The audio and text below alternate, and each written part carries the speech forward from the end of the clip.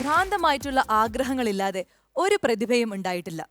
മുന്നേറാനുള്ള ആവേശമാണ് ഒരു പ്രതിഭയെ ലക്ഷ്യസ്ഥാനത്തെത്തിക്കുന്നത്. പെൺപ്രതിഭകളുടെ പൊൻതട്ടകം ഇത് റെഡ് കാർപ്പറ്റ്. ചിട്ടയായിട്ടുള്ള അല്ലെങ്കിൽ വളരെ കൃത്യമായിട്ടുള്ള പ്രാക്ടീസ് ഉണ്ടെങ്കിൽ ഒരു പ്രതിഭയ്ക്ക് മാറ്റുകൂടുകയുള്ളൂ. ഒരുപാട് പ്രതിഭകൾ അവരുടെ ജീവിതം കൊണ്ട് നമ്മളെ അത് കാണിച്ചു തന്നിട്ടുമുണ്ട്. ഇവിടെ വരുന്ന പെൺപ്രതിഭകൾക്ക് എല്ലാവർക്കും ലക്ഷ്യബോധ്യമുണ്ട്. പെൺപ്രതിഭകളുടെ ആദ്യ ചുവടുവെപ്പ് റെഡ് കാർപ്പറ്റ്. ഈ റെഡ് കാർപ്പറ്റിന്റെ വേദിയിലേക്ക് ഞാൻ സ്വാഗതം ചെയ്യാൻ പോകുന്നതും അതുപോലുള്ള ഒരു പെൺകരുത്താണ്, അല്ലെങ്കിൽ ഒരു പെൺപ്രതിഭയാണ്. നമുക്ക് എല്ലാവർക്കും ഇഷ്ടമുള്ള, നമ്മുടെ എല്ലാവരുടെയും പ്രിയങ്കരിയായ the very lovely gorgeous Ahana Krishna. So Ahana, എന്തുണ്ട് വിശേഷങ്ങൾ? നല്ല വിശേഷം. ഞങ്ങൾ എല്ലാ വിശേഷങ്ങളും കൃത്യമായിട്ട് കാണാറുണ്ട്, അതുകൊണ്ട് പ്രത്യേകിച്ച് വിശേഷം ചോദിക്കേണ്ട ആവശ്യമില്ല.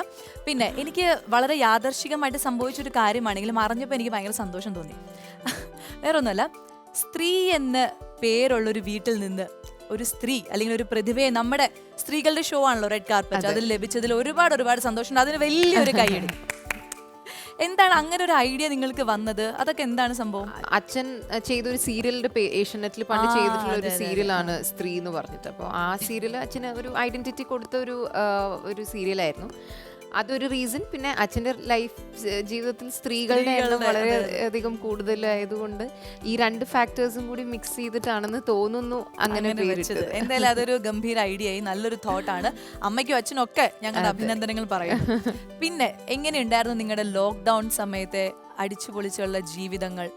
ഇൻസ്റ്റാഗ്രാം തുറന്നാലും അല്ലെങ്കിൽ സോഷ്യൽ മീഡിയ തുറന്നാലൊക്കെ അഹാനയും അഹാനയുടെ ഫാമിലിയിലുള്ള എല്ലാ മെമ്പേഴ്സിനെയും നമുക്ക് എല്ലാവർക്കും അറിയാം. എന്നാലും ഒന്നും കൂടെ ഒന്ന്, അച്ഛൻ കൃഷ്ണകുമാർ സാറ്, അമ്മ സിന്ധു, പിന്നെ ഓസിന്റെ പേര് ദിയ, ഓസി, ഹൻസു, ഹൻസിക ആൻഡ് ഇഷാനി. അതെ, ഇവരെല്ലാവരും ആണ് അഹാനയുടെ ഫാമിലിയിലെ ഏറ്റവും സ്ട്രോങ് ആയിട്ട് നിൽക്കുന്ന ആൾക്കാർ.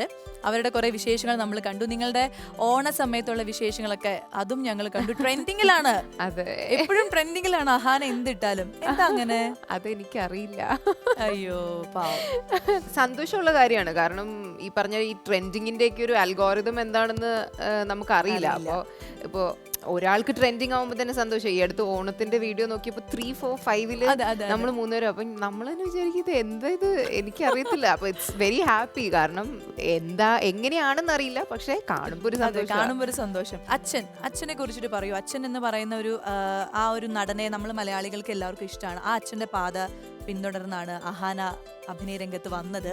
അപ്പൊ എങ്ങനെയാണ് അച്ഛൻ? എങ്ങനെയാ പൊതുവെ സ്ട്രിക്റ്റ് ആണോ? കാര്യങ്ങളൊക്കെ കറക്റ്റായിട്ട് പറഞ്ഞു തരുന്ന അച്ഛനാണോ? ഒരുവിധം സ്ട്രിക്റ്റ് ആണ്. കാര്യങ്ങളൊക്കെ ഒത്തിരി പറയാറുണ്ട്. പക്ഷെ അത് നമ്മൾ എടുക്കണം, നമ്മളത് ഫോളോ ചെയ്തേ പറ്റുമെന്ന് ഫോഴ്സ് ചെയ്യാറില്ല. പുള്ളി പറയാനുള്ളത് പറയാറുണ്ട്. And it is up to us whether നമുക്കത് അനുസരിക്കണോ ഇല്ല അനുസരിക്കണ്ടേ എന്നുള്ളത്. അപ്പൊ ആ ഒരു സ്ട്രിക്റ്റ് ആണ്, പക്ഷെ ആ ഒരു ഫ്രീഡം തരാറുണ്ട്. അപ്പൊ അച്ഛന്റെ പാത പിന്തുടരുന്ന ആക്ച്വലി എനിക്ക് മൂവിയിൽ വരാനുള്ള ഒരു ഓപ്പർച്യൂണിറ്റി ഒക്കെ അന്ന് ഭയങ്കര ഒരു യാദൃശ്ചികമായി സംഭവിച്ചതാണ്. പക്ഷെ ഐ എം ഹാപ്പി ഒരു ഓപ്പർച്യൂണിറ്റി ഒക്കെ വന്ന്. പിന്നെ ശരിക്കും അത് കഴിഞ്ഞിട്ടാണ് ശരിക്കും ഇതിനു വേണ്ടി അതെ ഒത്തിരി എഫേർട്ട് ഒക്കെ എടുത്തതും ഞാനും അച്ഛനും ഒക്കെ ശ്രമിച്ചതും അങ്ങനെയൊക്കെ. അപ്പോ ഇഷ്ടമായിരുന്നോ? പണ്ട് മുതൽ ഇഷ്ടമായിരുന്നോ? അതെയോ വേറെ എന്തെങ്കിലും എഞ്ചിനീയർ, ഡോക്ടർ എന്നുള്ളൊരു ചിന്ത ഇല്ലായിരുന്നു. കാരണം എനിക്ക് കൊച്ചിലോട്ട് എനിക്ക് ബ്ലഡ് കണ്ട തല കറക്കുന്ന ഒരു പ്രശ്നം ഉണ്ടായിരുന്നു കൊച്ചിലെ. എഞ്ചിനീയർ എന്നൊക്കെ ഞാൻ ഒരിടയ്ക്ക് വിചാരിച്ചിരുന്നു. ഈ പറഞ്ഞ പോലെ 10th സ്റ്റാൻഡേർഡ് ഒക്കെ കഴിയുന്ന സമയത്ത് എനിക്ക് കുറെ ബുദ്ധിയുള്ള ഫ്രണ്ട്സ് ഒക്കെ ഉണ്ടായിരുന്നു. അപ്പൊ ഞാനും അവരെ പോലെ വിചാരിച്ചു. പക്ഷെ അത് കുറച്ചാൾ കഴിഞ്ഞപ്പോൾ എനിക്ക് മനസ്സിലായി അത് ഒരു വഴിക്ക് പോകുന്നില്ല. അതെനിക്ക് ഒട്ടും പറ്റുന്ന ഒരു പരിപാടി ആയിരുന്നില്ല. അങ്ങനെയാണ് ഞാൻ വിഷ്വൽ കമ്മ്യൂണിക്കേഷൻ ചെന്നൈയിൽ പഠിക്കാൻ പോയത്. ചെന്നൈയിൽ പഠിക്കാൻ പോകുന്നവർക്ക് കൂടുതൽ സിനിമ എന്ന് പറയാ പാഷൻ കൂടുതൽ. അതെ. അപ്പൊ അങ്ങനെ രണ്ട് കാരണങ്ങൾ കൊണ്ട് വളരെ നല്ല തീരുമാനമായിരുന്നു. ഇപ്പം നമ്മൾ ലാസ്റ്റ് പറയുകയാണെങ്കിൽ നിഹാരിക എന്ന് പറയുന്ന ക്യാരക്ടർ എനിക്ക് തോന്നുന്നു ഇഷ്ടമല്ലാത്ത ആൾക്കാരൊന്നും ഉണ്ടാവില്ല അല്ലെ? അപ്പൊ ആ ക്യാരക്ടർ ചൂസ് ചെയ്തതും അങ്ങനെ ചില സമയത്ത് നമുക്ക് നല്ല ബുദ്ധി തോന്നും അത് ചൂസ് ചെയ്യാനും. അല്ലെങ്കിൽ നമുക്ക് കാര്യത്തിൽ ചൂസിങ്ങിന്റെ ഓപ്ഷൻ ഒന്നും ഇല്ല. ബിക്കോസ് ഞാനൊരു കഥ കേട്ട് സെലക്ട് ചെയ്യാനുള്ള ഒരു ലക്ഷറിയിലൊന്നും ആയിരുന്നില്ല ഞാൻ. എനിക്ക് പടം വേണമായിരുന്നു, എനിക്ക് വർക്ക് വേണമായിരുന്നു. അപ്പോൾ ഞാൻ കിട്ടിയ ചാൻസിന് കയറി പിടിച്ചു. കാരണം ഇത് എനിക്കൊരു വർക്ക് ആ സമയത്ത് ഉണ്ടായിരുന്നില്ല.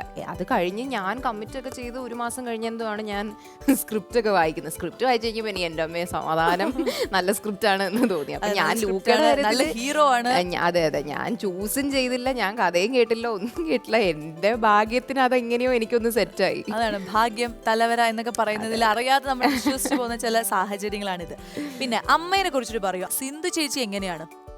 അമ്മ എന്റെ ഞാനും അമ്മയാണ് ഭയങ്കര ടീം വീട്ടില്. അതെയോ? അതെ അതെ അതെ, ഞാനും അമ്മയാണ് നമ്മുടെ ഒപ്പീനിയൻസ് ആണ് മിക്കതിലും എല്ലാത്തിലും ഒരുമിച്ച് നിൽക്കുക. അപ്പൊ നമ്മളാണ് എപ്പോഴും ടീം ആയിട്ട് നിൽക്കുന്നത്. അപ്പൊ അമ്മയാണ് എന്റെ ഗ്രേറ്റസ്റ്റ് ഒരു സപ്പോർട്ടും എല്ലാം. അമ്മയാണ് എന്ത് പ്രശ്നം ഉണ്ടെങ്കിലും ഒരു നല്ലൊരു സൊല്യൂഷൻ അമ്മയ്ക്കാണ് തരാൻ പറ്റുക. പാട്ട് പാടും ഞാൻ കേട്ടിട്ടുണ്ട്. ഒരു പാട്ട് പാടിയിട്ട് നമുക്ക് നമ്മുടെ കാര്യപരിപാടിയിലേക്ക് കടന്നാലോ? ഓക്കെ. നീലത്തിരമാലകൾ മേലെ നീന്തുന്നൊരു നീർക്കിളി പോലെ കാണാമത്തോണി പതുക്കെ ആലോലം പോകുന്നകലെ മാറാനിൻ പുഞ്ചിരി നൽകിയ രോമാഞ്ചം മായും മുൻപേ നേരത്തെ സന്ധ്യമയങ്ങും നേരത്തെ പോരുകയില്ലേ കാറ്റേ നീ വീശരുതിപ്പോൾ കാറേ നീ പെയ്യരുതിപ്പോൾ ആരോമൽ തോണിയിലെൻ്റെ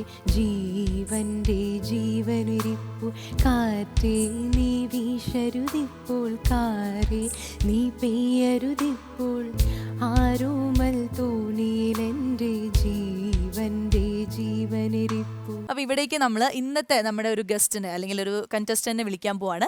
അതിനു മുമ്പം റെഡ് കാർപ്പറ്റിന്റെ യാത്രയിലൂടെ അവരെ കുറിച്ച് കുറച്ച് കാര്യങ്ങളൊക്കെ നമ്മൾ റെഡിയാക്കി വെച്ചിട്ടുണ്ട്. അപ്പൊ ആ പ്രൊഫൈൽ നമുക്കൊന്ന് കാണാം. ഹലോ, നമസ്കാരം. ഞാൻ ആർദ്ര സാജൻ, ബീറ്റ് ബോക്സറാണ് ഫ്രം ട്രിവാൻഡ്രം.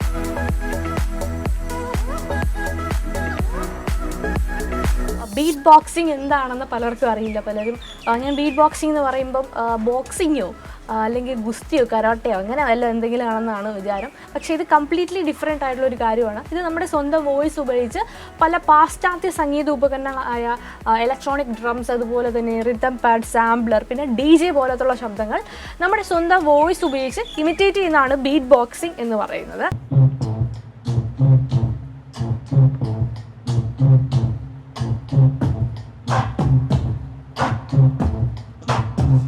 ഞാൻ ഈ ബീറ്റ് ബോക്സിംഗ് എല്ലാം തുടങ്ങിയത് കലോത്സവ വേദിയിൽ നിന്നാണ്. ഞാൻ 10ാം ക്ലാസ് മുതലാണ് കലോത്സവത്തിൽ പങ്കെടുത്ത് തുടങ്ങിയത്. ഫസ്റ്റ് ഞാൻ പോയപ്പോൾ കുറച്ച് ഫെയിലിയറൊക്കെ ഉണ്ടായിരുന്നെങ്കിലും അടുത്ത തവണ ഞാൻ ബീറ്റ് ബോക്സിംഗ് പഠിച്ചു തന്നപ്പോൾ നല്ല ഒരു വിജയം തന്നെയാണ് എനിക്ക് അവിടെ കിട്ടിയത്. അപ്പോൾ കലോത്സവം തന്നെയാണ് എൻ്റെ ആദ്യത്തെ അവാർഡുകളും എല്ലാം അവിടെ നിന്നാണ് കിട്ടിയത്.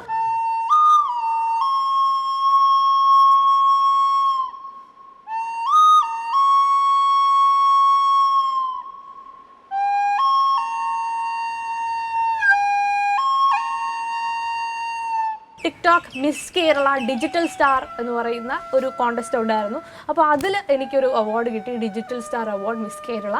പിന്നെ ചെന്നൈയിൽ നിന്നും ഇൻ്റർനാഷണൽ പീസ് യൂണിവേഴ്സിറ്റിയിൽ നിന്നും മ്യൂസിക്കൽ ഡോക്ടറേറ്റ് എന്ന് പറയുന്ന ഒരു സംഭവം കിട്ടി. ഇപ്പം ഞാൻ വെറും ആർദ്രയല്ല, ഡോക്ടർ ആർദ്രയാണ്.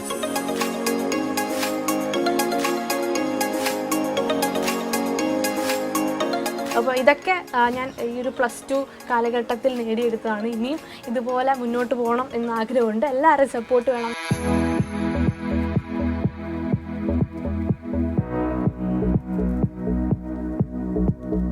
അതുപോലെ തന്നെ ഗിന്നസ് വേൾഡ് റെക്കോർഡിൻ്റെ ഒരു ഭാഗമാകാനും സാധിച്ചു.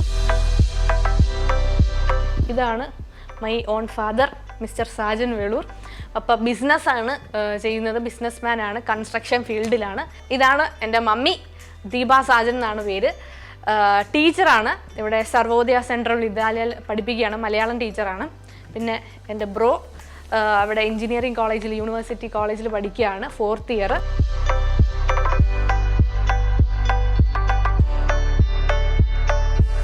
ബീറ്റ് ബോക്സിംഗ്, അതായത് സ്വന്തം കണ്ടനാളങ്ങൾ കൊണ്ട് നിരവധിയായ പാശ്ചാത്യ സംഗീത ഉപകരണങ്ങൾ ഒരേ സമയത്ത് തന്നെ 5ഓളം ഉപകരണങ്ങളുടെ ശബ്ദം ഒരുമിച്ച് കാണിക്കുവാനായിട്ടൊക്കെ പറ്റുന്ന ഒരു പ്രത്യേകത ആർദ്രയ്ക്കുണ്ട്. തീർച്ചയായിട്ടും അതിൽ ഞങ്ങൾ കുടുംബമായിട്ട് അഭിമാനിക്കുന്നു. കൂടുതൽ മേഖലകളിലേക്ക് അതിൻ്റെ ശ്രദ്ധ തിരിക്കുവാനായിട്ടുള്ള പ്രോത്സാഹനങ്ങളും ഞങ്ങളുടെ ഭാഗത്തുനിന്ന് നൽകുന്നതാണ്.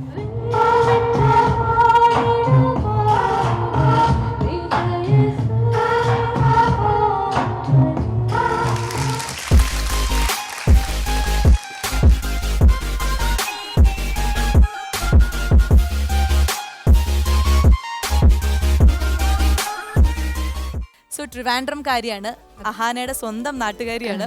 എന്താണ് വിശേഷങ്ങൾ പറയൂ? എങ്ങനെയാണ് ഈ ബീറ്റ് ബോക്സർ അല്ലെങ്കിൽ അങ്ങനത്തെ ഒരു ഇന്ത്യയിലെ തന്നെ ആദ്യത്തെ ഒരു ലേഡി ബീറ്റ് ബോക്സർ ആണല്ലേ?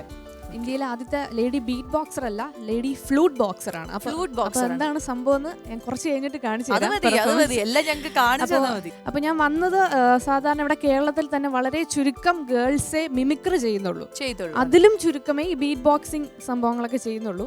അപ്പോൾ ഞാൻ കലോത്സവത്തിന് വേണ്ടിയാണ് ഇത് പഠിച്ചെടുത്തത്. ആദ്യം ഞാൻ കലോത്സവത്തിന് പോയി. അവിടെ എൻ്റെ വളരെ മികച്ച ഒരു മിമിക്രി ആയതുകൊണ്ട് തന്നെ എനിക്ക് C ഗ്രേഡാണ് കിട്ടിയത്. അപ്പോൾ അതിൻ്റെ ഒരു ഡിപ്രഷനൊക്കെ വെച്ച് ഞാൻ യൂട്യൂബിൽ നിന്ന് തപ്പിയെടുത്ത് കണ്ടുപിടിച്ച സാധനം കണ്ടുപിടിച്ച് സ്വന്തമായിട്ട് മോൾഡ് ചെയ്തെടുത്തതാണ്. അതെ അതെ. അതൊരു ഭയങ്കര ഒരു കഴിവാണ്, അല്ലെങ്കിൽ ആ ഒരു ഇച്ഛാശക്തി എന്നൊക്കെ വേണമെങ്കിൽ പറയാം അല്ലേ. ഞാൻ ഇങ്ങനെ വെയിറ്റ് ചെയ്യാ പെർഫോമൻസ് ഒന്ന് കാണാൻ. ഓ അത് ശരി. അല്ലാണ്ട് എന്തെങ്കിലും ഡൗട്ട് ക്ലിയർ ചെയ്തിട്ട് വേറെ ഒന്നും അങ്ങനെ ഒന്നുമില്ല? Doubt നമുക്ക് അറിയാവുന്ന വിഷയമെങ്കിലല്ലേ നമുക്ക് ഡൗട്ട് ചോദിക്കാൻ പറ്റൂ. അപ്പൊ പക്ഷെ എനിക്ക് Performance കഴിഞ്ഞിട്ട് ബാക്കി doubt ഒക്കെ ചോദിക്കാം. എന്നിട്ട് ചോദിക്കാൻ ഡൗട്ട്. അല്ല ഞാൻ ചോദിക്കട്ടെ, ഒരുപാട് സ്റ്റേജസ് എന്തായാലും പെർഫോം ചെയ്തേണ്ടത് അറിയാം. ഏതെങ്കിലും മൂവീസോ അല്ലെങ്കിൽ അങ്ങനെ എന്തെങ്കിലുമൊക്കെ? മൂവീസ് ഞാനിപ്പോൾ ചെയ്തുകൊണ്ടിരിക്കുകയാണ്. സൈനോര ചേച്ചിയുടെ ഒരു സിനിമ ആഹ എന്ന സിനിമ, ആഹാ. ഈ ഇന്ദ്രജിത്ത് ഇന്ദ്രജിത്ത് ചേട്ടൻ സിനിമ. അതുപോലെ തന്നെ വാഴ എന്ന ഒരു സിനിമ. അതിൽ ഫുൾ മ്യൂസിക്, വേറെ ഇൻസ്ട്രുമെന്റ്സ് ഒന്നും യൂസ് ചെയ്യുന്നില്ല. ഫുൾ ബീറ്റ് ബോക്സ്, BGM എല്ലാം ബീറ്റ് ബോക്സ് ആണ്. പിന്നെ നമ്മുടെ ഷെയ്ൻ നിഗൻ ചേട്ടൻ്റെ വെയിൽ സിനിമയിലെ ട്രാക്ക് ബീറ്റ് ബോക്സ് ചെയ്യാൻ പറ്റി. ട്രാക്കല്ല, ടൈറ്റിൽ സോങ്. അത് ശരി. അപ്പൊ ഇത്രയും മികച്ച ഒരാളെയാണ് ഞങ്ങൾക്ക് കിട്ടിയിരിക്കുന്നത് അല്ലേ. അപ്പൊ എന്തായാലും റെഡ് കാർപ്പറ്റിന്റെ വേദിയിൽ വന്നിട്ട് നമുക്ക് അങ്ങ് പൊളിക്കാം അല്ലേ. അപ്പൊ എന്തായാലും ഓൾ ദി ബെസ്റ്റ്. ചെറിയൊരു സാമ്പിൾ വെടിക്കെട്ടായിട്ട് നമുക്ക് തുടങ്ങാം. എന്താ സംഭവം നമുക്ക് അറിയത്തില്ലല്ലോ. ചെറിയൊരു സാധനം, അപ്പോൾ മനസ്സിലാവും. Ladies and gentlemen, let's listen to the beat. 3, 2, 1, and go, yo!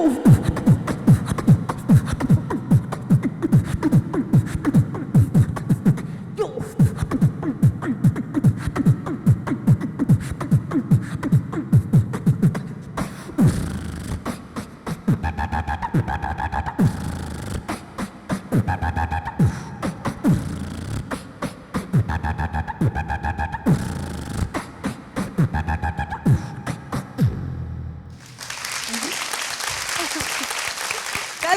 കലക്കി. അപ്പൊ അതാണ് സംഭവം. അപ്പൊ ഇത് പഠിക്കാൻ വളരെ എളുപ്പമാണ്, തോന്നുന്നില്ല, എല്ലാവർക്കും പഠിക്കാൻ പറ്റും. അപ്പൊ വെറും 3 അക്ഷരം മാത്രം പറഞ്ഞാൽ മതി. BTK അല്ലെങ്കിൽ പാസാക്ക. അതാണോ പറയുന്നേ? അതെ അതെ. അപ്പൊ അത് കുറച്ച് കട്ടിയായിട്ട് പറഞ്ഞാൽ അങ്ങനെയല്ല, എല്ലാവർക്കും ചെയ്തു നോക്കാൻ പറ്റും. ഓക്കെ. ഖായോ? വേണ്ട, പറ്റാത്ത പണിക്ക്. അപ്പോൾ അതെല്ലാം കൂടെ കമ്പൈൻ ചെയ്യുമ്പോൾ നമുക്ക് ഒരു ബീറ്റ് കിട്ടും.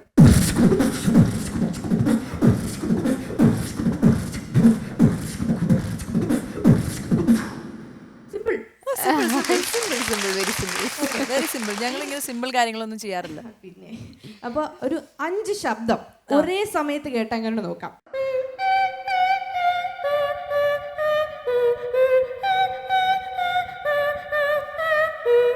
രണ്ട്, 3, 4, 5. ഈ 5 ശബ്ദം ഒരേ സമയത്ത്.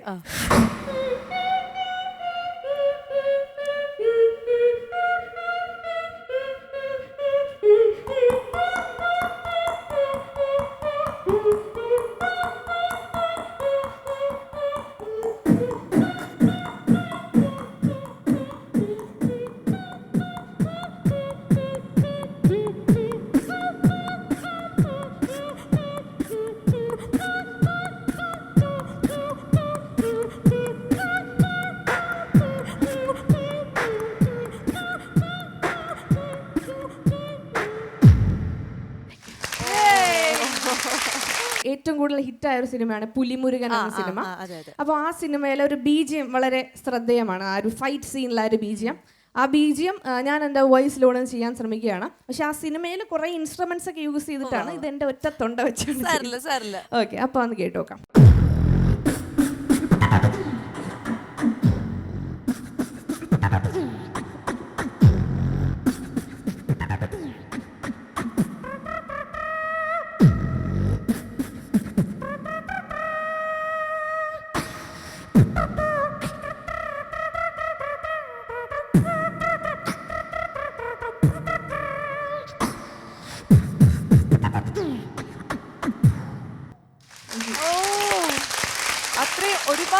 ഇൻസ്ട്രുമെന്റ്സ് യൂസ് ചെയ്തിട്ടാണ് അത് ചെയ്തിരിക്കുന്നത്. എന്നിട്ടും ഇപ്പൊ ഒറ്റ ഒരാളുടെ ഒരു വോക്കൽ കോളിൽ നിന്ന് വരുന്നതും ഭയങ്കര ഒരു മുഴക്കുണ്ട്. അതെ. അപ്പോൾ നമ്മൾ സഞ്ചാരം എന്ന പരിപാടി കണ്ടിട്ടുണ്ട്. നമ്മുടെ കണ്ടിട്ടുണ്ട്. സന്തോഷ് ജോർജ് കുളങ്കര നടത്തുന്നത്. അപ്പോൾ ആ പരിപാടിയിൽ അദ്ദേഹം ഏത് രാജ്യത്ത് പോയാലും അദ്ദേഹം ആ ഒരു രാജ്യത്തിന്റെ ഒരു ബാക്ക്ഗ്രൗണ്ട് മ്യൂസിക് ഇടും, ആ ഒരു രാജ്യത്തിന്റെ ട്രഡീഷണൽ മ്യൂസിക്. ഇപ്പൊ ഇന്ത്യയിൽ ചെല്ലുകയാണെങ്കിൽ ആ ഒരു ഡപ്പാങ്കുത്ത് പാട്ടിടും. ഇപ്പൊ ചൈനയിൽ ചെല്ലുകയാണെങ്കിൽ ചൈനയിൽ ചെല്ലണ്ട നമ്മൾ ഇപ്പൊ അപ്പോൾ അവിടെ ചെല്ലുകയാണെങ്കിൽ ഒരു ഒരു മ്യൂസിക്. ഇപ്പൊ ജർമ്മനി ചെല്ലുകയാണെങ്കിൽ അവിടെ ഫുള്ള് പാർട്ടി സംഭവങ്ങളൊക്കെ ആയിരിക്കും. ദുബായിൽ ചെല്ലുന്നില്ല നമ്മൾ 3 ടിക്കറ്റ് എടുക്കാതെ ഞാൻ 3 രാജ്യത്തിൽ കൊണ്ടുപോകാൻ പോവാണ്. അപ്പോൾ ആ രാജ്യങ്ങളിൽ പോകുമ്പോൾ അവരുടേതായ ഒരു ബാക്ക്ഗ്രൗണ്ട് മ്യൂസിക് കേട്ടാ എങ്ങനെ നോക്കാം. ഓക്കെ.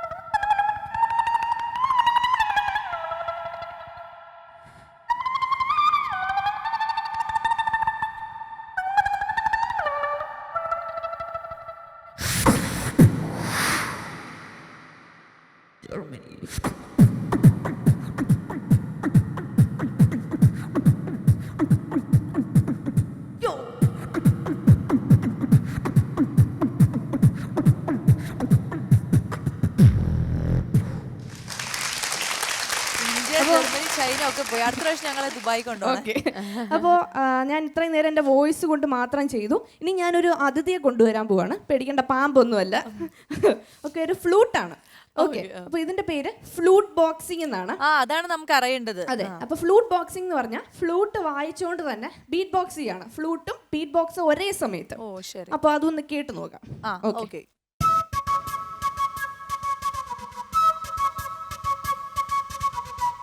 ട്യൂൺ ബീറ്റ് ഇതാണ്.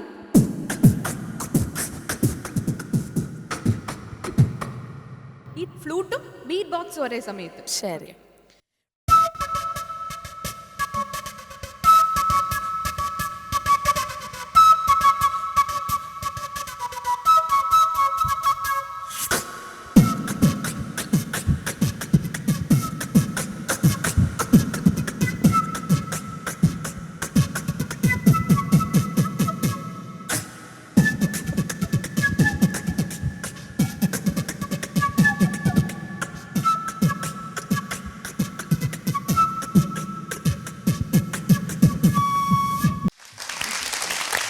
അടിപൊളി, എന്താ പറയാ.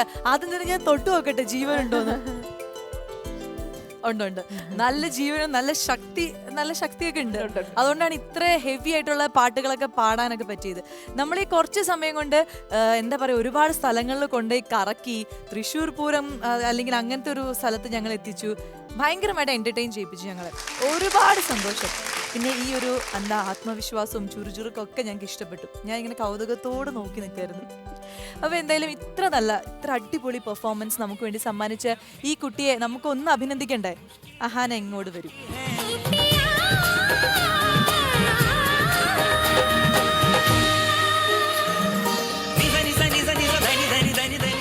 അപ്പൊ ഇനിയും ഒരുപാട് പെർഫോമൻസുകൾ ഞങ്ങൾക്ക് കാണാൻ പറ്റട്ടെ. ഒത്തിരി ടോപ്പ് ലെവലിലേക്ക് വരട്ടെ. ഓക്കെ, എന്തെങ്കിലും പറയാനുണ്ടെങ്കിൽ അതും കൂടി പറഞ്ഞോളൂ. ആദ്യം തന്നെ ദൈവത്തിനോട് നന്ദി പറയുന്നു. ഓക്കെ, നമ്മൾ സ്ഥിരം റിയാലിറ്റി ഷോയിൽ കാണുന്നു. പിന്നെ എൻ്റെ അച്ഛനും അമ്മയും, പിന്നെ 2 സൈഡിലും സപ്പോർട്ട് ചെയ്ത ഹഹാന ചേച്ചി, അതുപോലെ തന്നെ സ്വാസിക ചേച്ചി, വളരെയധികം നന്ദി. എല്ലാവരോടും നന്ദിയൊക്കെ പറഞ്ഞ് കുട്ടി ഭയങ്കര ഹാപ്പിയാണ്. അപ്പൊ എന്തായാലും അഹാന